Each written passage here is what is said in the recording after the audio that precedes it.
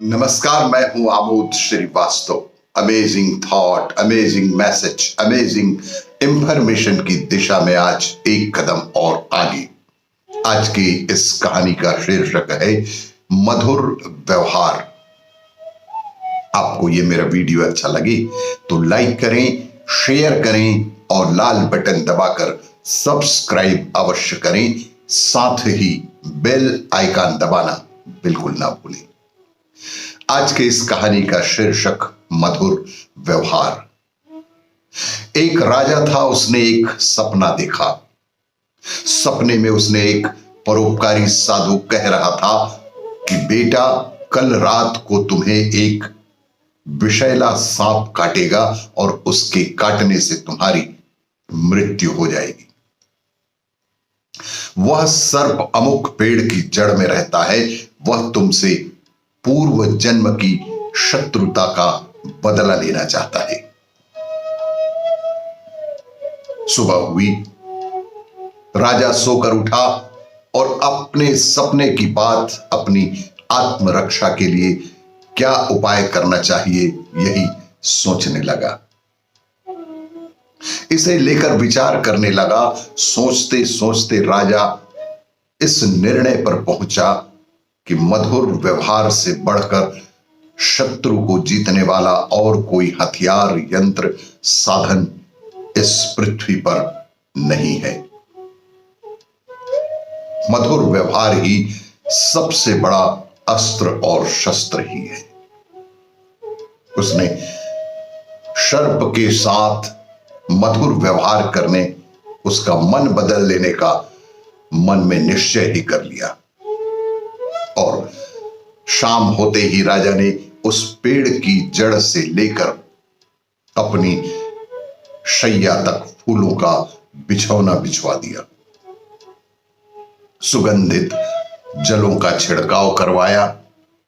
मीठे दूध के कटोरे जगह जगह रखवा दिए और सेवकों से कह दिया कि रात को जब सर्प निकले तो कोई उसे किसी भी प्रकार का कष्ट या नुकसान पहुंचाने की कोशिश भी ना करे।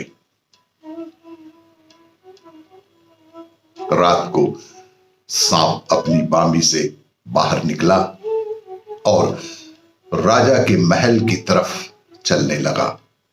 वह जैसे जैसे आगे बढ़ता गया, अपने लिए की गई स्वागत व्यवस्था को देख देख कर आश्चर्यचकित और साथ में आनंदित भी होता गया।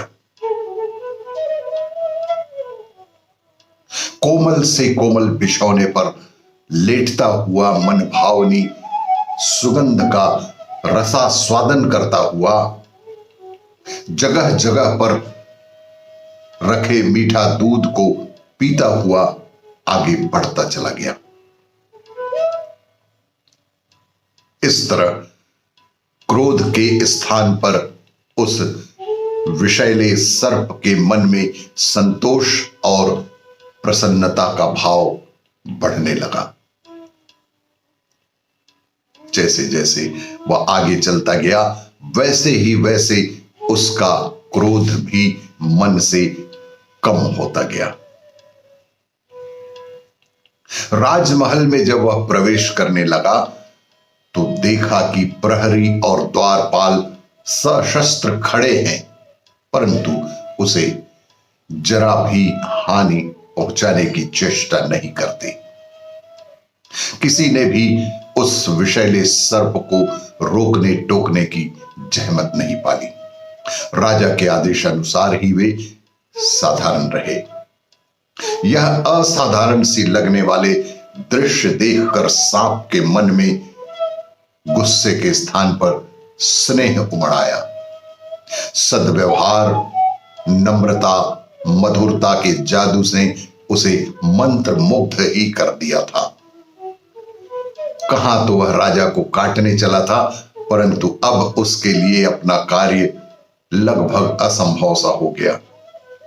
हानि पहुंचाने के लिए आने वाले शत्रु के साथ जिसका ऐसा मधुर व्यवहार है, उस धर्मात्मा राजा को काटूं तो किस प्रकार काटूं।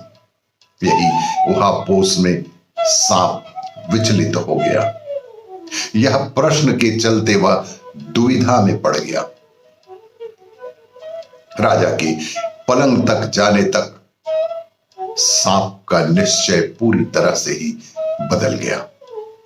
उधर समय से कुछ देर बाद सांप राजा के शयन कक्ष में भी पहुंच गया। सांप ने राजा से कहा कि हे राजन, मैं तुम्हें काटकर अपने पूर्व जन्म का बदला चुकाने आया था,